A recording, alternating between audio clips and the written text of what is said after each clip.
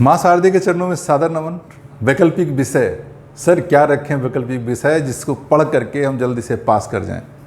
देखो सबसे बड़ी क्या चीज़ है ना कि वैकल्पिक विषय अगर आप ऐसा विषय रखते हैं और आप हिंदी मीडियम के स्टूडेंट हैं तो आपको बहुत संभालना पड़ेगा। तो वैकल्पिक विषय आप वैसा विषय रखिए जो आपको आसानी से काम करा दे। जैसे आप यूपीएससी के वैकेंसी भरते हैं और हिंदी मीडियम के स्टूडेंट हैं तो आपको बहुत समझने की ज़रूरत है। वहाँ पर आप इतिहास रखिए, हिंदी लिटरेचर रख सकते हैं, संस्कृत रख सकते हैं, दर्शन शास्त्र रख सकते हैं। ये चारों ऐसा विषय है जो ज़्यादा संभावना है, ज़्यादातर संभावना है कि हिंदी भाषी जांचने वाले हाथ में जाए। अदरवाइज दूसरे विषय जो होते हैं वो एक्सेप्ट तो कर लेते हैं, हाँ ठीक है मैं चेक कर लूँगा कॉपी, बट होता क्या है प्रॉब्लम कि वो जो जिस भाव से आप लिखना चाहते हैं ना कॉपी में, वो कोई हिंदी भाषी व्यक्ति ही समझ सकता है आपके भाव को।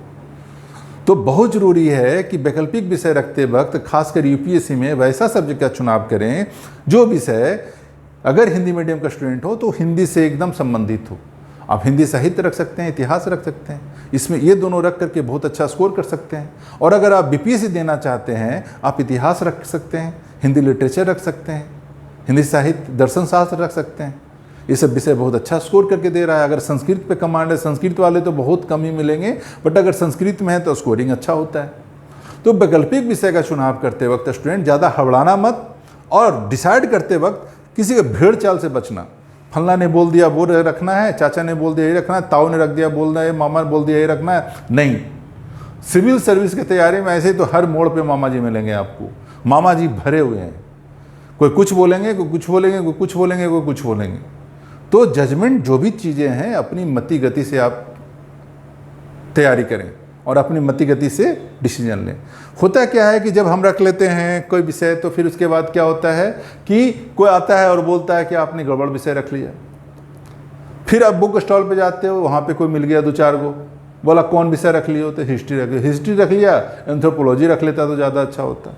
और यही होता रहता है।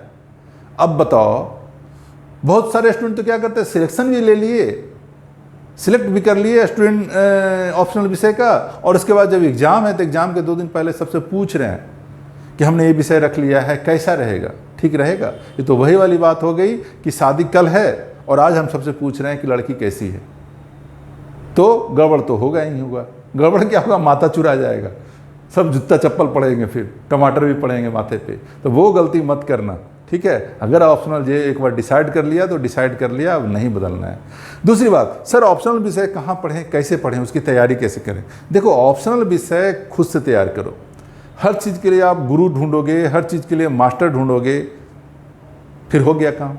बहुत सारे स्टूडेंट हैं, देखो बहुत सारे स्टूडेंट हैं जिसने खुद से ऑप्शनल पेपर तैयार किया, आज उनका नंबर देखो, अच्छा खासा नंबर है उनका।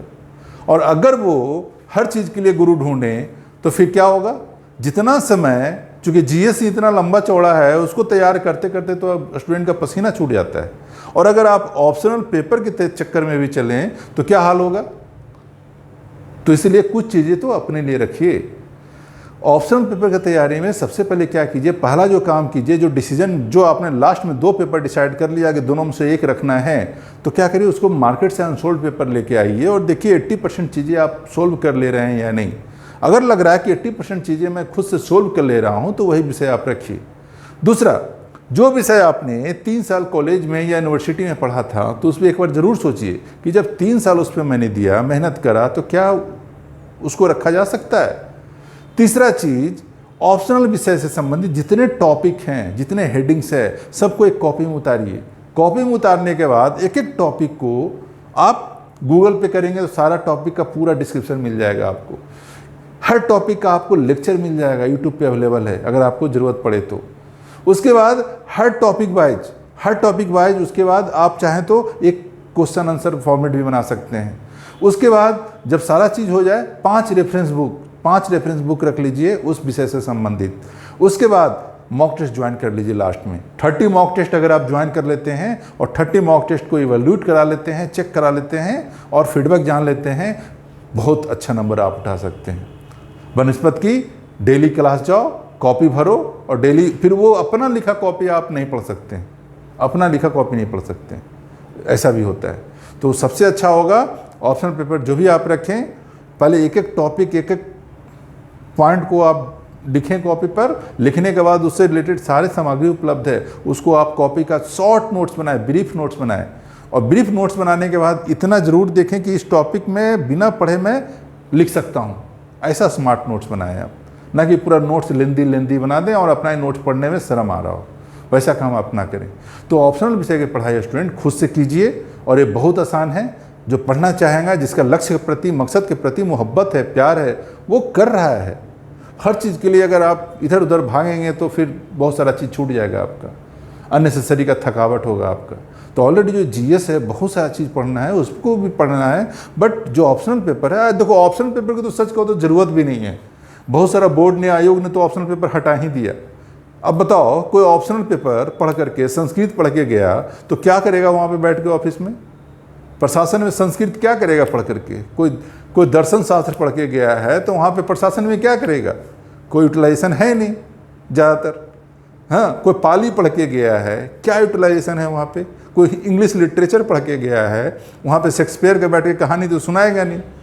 तो इसे तो ऑप्शनल पेपर अच्छा किया है, कुछ बोर्ड ने, कुछ आयोग ने हटा दिया है। हाँ, लेकिन अगर फिर भी दिया है ऑप्शनल पेपर तो जब तक है तब तक पढ़ो और कोशिश करो, खुद से तैयार करो इसको। बहुत अच्छा रिजल्ट देता है स्टूडेंट, बहुत अच्छा, खुद से स्कोर